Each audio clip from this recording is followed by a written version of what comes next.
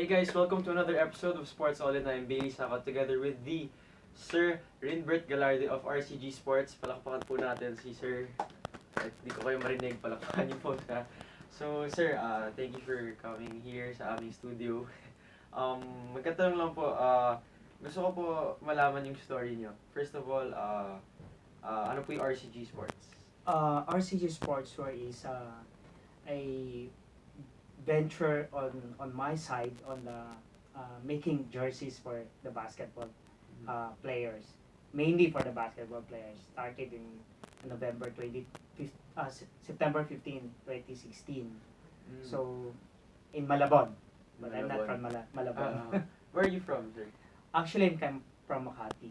From I'm Makati. living in Makati. Okay. So you said that start 2 years ago. It's A this year. Saturday na A yung year. 2017, sorry. 2017. Okay. So Arceegee Sportswear para lang sa basketball or may other sports rin po? Actually, we're doing also some for volleyballs and others. Mhm. Only, but we have the bulk of orders for the basketball players. For the Mostly basketball, basketball. yeah, basketball. What are the teams in basketball and volleyball? If you can mention a few.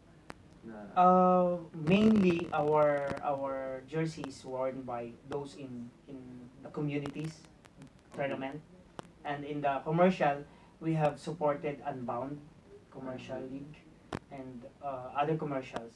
Now we have the Legion commercial like basketball league. recreational leagues. ganun. Yeah, recreational basketball Okay. leagues. So how did it start po?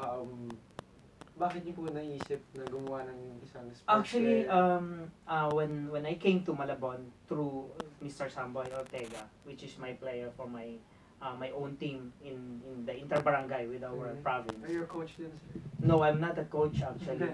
I'm fond of having the managers for Okay. a You- team. you are Yeah, the I manage support. teams. So when I manage my team, my own team with our in the barangay, so Mr. Samboy Ortega was one of my player. He is from Malabon. So I got to be friend with him. So I started going to Malabon, visiting them, Okay. and then I was introduced to Coach Jay Balagtas. Coach J. I supported MNH for a while, Mhm.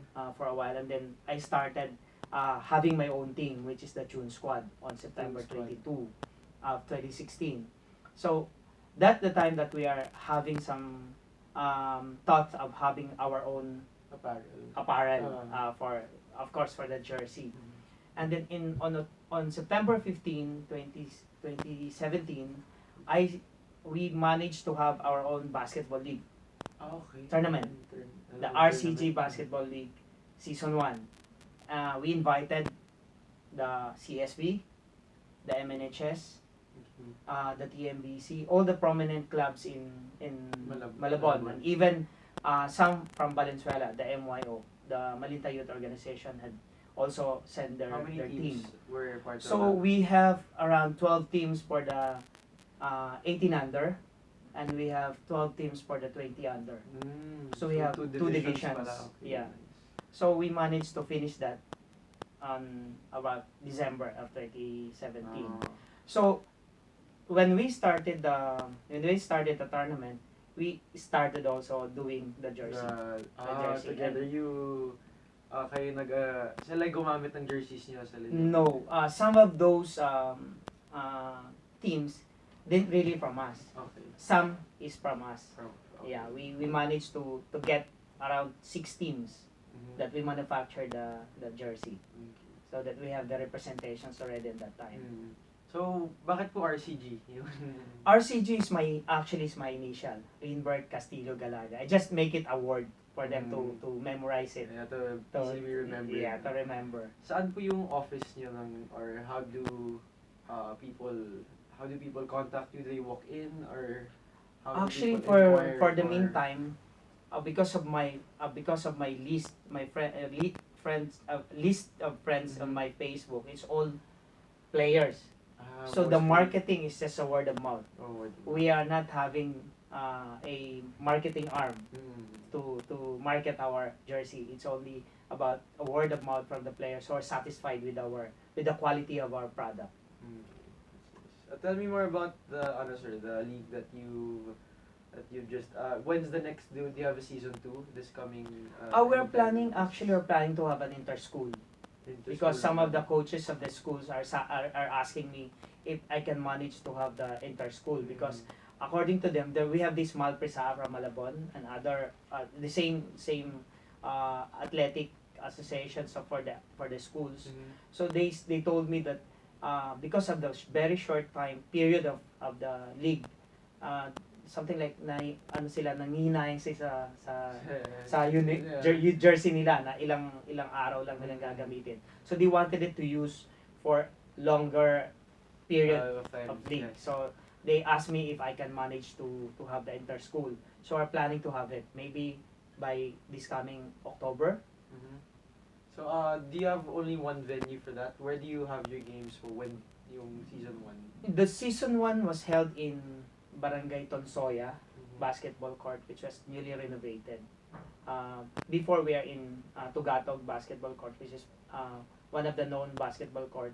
Only that we have a difficulties on the schedule, so we transferred to Barangay Tonsoya basketball court in Malabon. You mentioned to me po kanina na you have more than 500 or 1,000. How many jerseys or apparels? We are producing You produce- currently we're producing about 500 jerseys a week. a week? Yeah. Wow, a week. 500. Dami Yeah. po. And then 1,500 by the end of the month. By the right? end of the month, we have around 1,500 on queue. On queue Yeah, pa that's yun. why we are acquiring another set of printers. This coming Saturday or Monday, it will be delivered so that we can double up our production. Okay.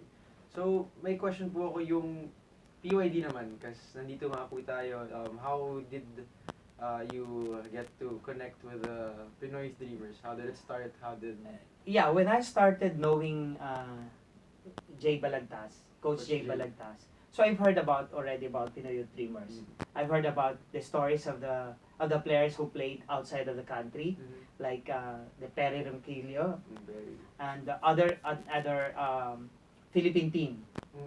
So who even Rincobi Tolentino already informed me about Pinoy Youth Dreamers, and get to know more on the Pinoy Youth Dreamers when I started to attend some of the trainings, some of the tunes up, with those players who already who played already outside the countries. So, are you a player yourself before? Medyo mahilig kayo sa basketball. Actually, I stopped playing when I was in high school Mm. because of the injury. Oh, So, yeah. so ang ginawa ko na lang, liking the basketball and doing something for the basketball players, helping them also to develop their skills. Okay. So, what's next po for RCG? What are your future plans? RCG, our vision is to dress up every athletes in the Philippines. So, Yeah, and to showcase our jersey not only in the Philippines but also outside of the country, which is we are doing now because we have exported around in the 3 countries. We have in US, we have in Taiwan, and we have in Abu Dhabi. US, Taiwan, Abu Dhabi. So, grabe yun, sir, no? Yung ano naman po ng PYD, what's next for you and PYD? How will the partnership, continue? Of course, getting to know PYD is something like every jersey maker is interested, because you're not only playing in the Philippines, but they're also playing outside of the country. So for me, one of my vision is to showcase my jersey outside of the country, and to be proud also that it was worn by the Philippine team. Some sort of representations of our pride country. yun din, Yeah, pride ko yun, kumbaga, to dress up also.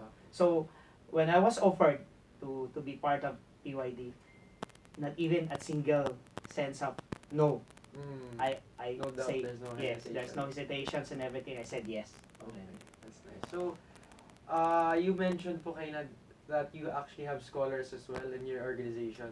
Actually, it's not really a scholar, but I'm just helping them on whatever they need on their schooling, because I wanted every player to also do schooling, to finish their studies while they are doing the best of their skills for the basketball.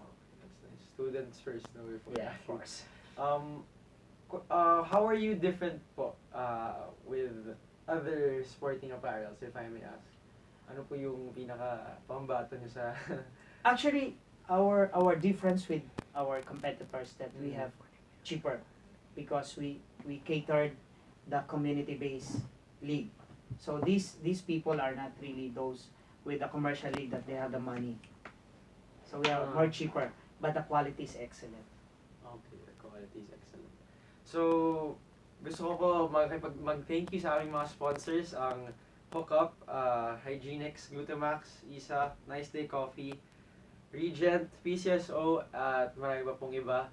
At babalik po kami for another episode. This is Sir and RCG Sports. Bilig sakot.